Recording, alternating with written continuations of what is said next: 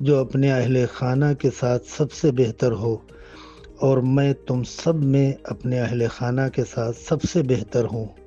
تو جو شخص اپنی بیوی یا بہو کو عزت نہیں دیتا، اسے طعنے دیتا ہے، ستاتا ہے، وہ کیسے بہترین انسان ہو سکتا ہے؟ والسلام علیکم ورحمۃ اللہ وبرکاتہ۔ سبیل میڈیا گروپ ان تمام مومنین اور جوانوں کا تہ دل سے شکریہ ادا کرتا ہے کہ جنہوں نے کسی بھی طریقے سے سبیل میڈیا گروپ کو سپورٹ کیا ہے۔ مزید سپورٹ کے لیے پیٹریون کے ذریعے سے منتھلی ممبرشپ حاصل کر سکتے ہیں۔ ساتھ ہی ساتھ آپ خمس کی رقم کے ذریعے سے بھی سبیل میڈیا گروپ کو سپورٹ کر سکتے ہیں۔ آیت اللہ سستانی حفظہ اللہ اور آیت اللہ خامنئی حفظہ اللہ دونوں مراجع کرام کے خمس کا اجازہ سبیل میڈیا گروپ کے پاس موجود ہے۔ تو آئے چلتے ہیں اپنے اگلے سوال کی طرف۔ اگلا سوال یہ کیا گیا ہے کہ پروفیشنل فیلڈ میں ایسی جگہ جاب کرنا کیسا ہے جہاں پر بے پردگی، نامحرموں کی تعداد زیادہ ہوتی ہے اور داڑھی منڈوا کر جانا ہوتا ہے؟ آئے جواب سنتے ہیں مولانا کی زبان میں۔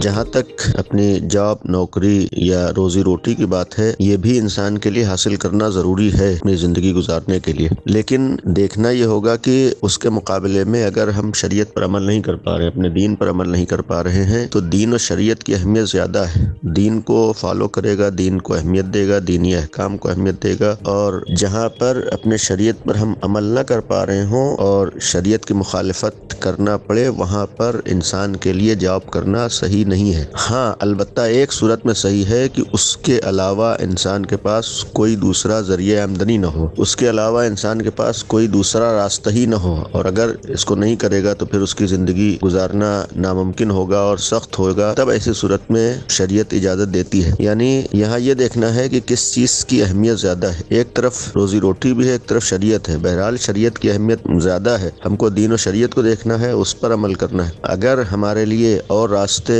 ممکن ہے، معمولاً دوسرے راستے بھی ہوتے ہیں، کوئی ضروری نہیں ہے کہ اچھی سیلری ہو تبھی ہم کہیں نوکری کریں، نہیں، اگر ہمارا گزارا کہیں بھی ہو سکتا ہے اپنے دین اور شریعت پر عمل کر کے، تو اس جگہ پر ہمیں جانا ہے کہ جہاں اپنے دین پر عمل کر سکیں۔ لیکن ہمیں یقین ہے، معلوم ہے کہ اس کے علاوہ کوئی بھی ذریعہ آمدنی نہیں ہے، اس کے علاوہ کوئی بھی ہمارا سہارا نہیں ہے۔ اگر ہم نہیں کریں گے تو ہماری زندگی گزارنا ناممکن ہو جائے گا یا حد سے زیادہ ہی سخت ہو جائے گا۔ تب ایسی صورت میں جو شریعت نے حکم دیا ہے، عقل مہتا والی صورت، مجبوری کی صورت میں بعض کام انجام دینا پڑتے ہیں، واقعاً مجبوری ہو تب کر سکتے ہیں۔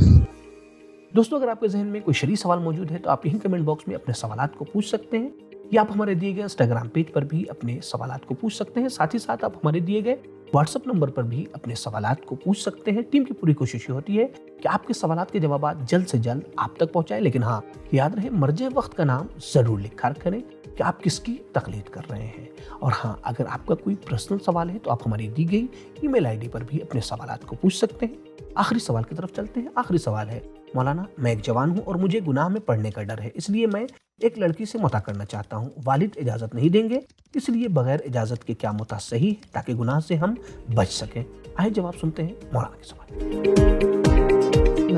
جی نہیں، ولی کی اجازت کے بغیر نکاح متع انجام نہیں پا سکتا ہے اگر لڑکی کنواری ہے، یعنی بیوہ یا طلاق شدہ نہیں ہے۔ اور آیت اللہ سستانی اس بات کی تاکید کرتے ہیں اور کہتے ہیں کہ شرط یہ ہے کہ اگر متع یا نکاح کرنا ہے تو ولی کی اجازت ضروری ہے۔ دوسری بات، نکاح یا متع شریعت کا حلال کردہ عمل ہے جس میں شرم و شرمندگی کی بات نہیں ہے۔ اگر آپ کسی لڑکی سے شادی کرنا چاہتے ہیں، متع کرنا چاہتے ہیں، تو بے خوف ہو کر ان کے ولی یعنی والد سرپرست تک جائیں، یہ پیغام پہنچوائیں یا خود جا کر بات کریں۔ اسلام اس مسئلے میں کسی بھی چوری چھپے کام کرنے کا قائل نہیں ہے۔ ہاں، مناسب طریقہ اپنانے کی تاکید کرتا ہے۔ اسلام کسی مناسب طریقے سے اپنے پیغام کو آپ ان کے سرپرست یا والد تک پہنچا سکتے ہیں۔ اب یہاں پر میں ایک بات والدین سے کہنا چاہوں گا کہ آپ سے گزارش ہے کہ آج کا دور فتنوں اور بے حیائی اور گمراہیوں سے بھرا ہوا ہے۔ ہمارا نوجوان طبقہ ہر طرف سے نفس، شیطان اور معاشرتی دباؤں کا شکار ہو رہا ہے۔ سوشل میڈیا، اسکول، کالجز اور جگہ جگہ بھی دیکھیں آپ تو گمراہی کا ماحول ہے۔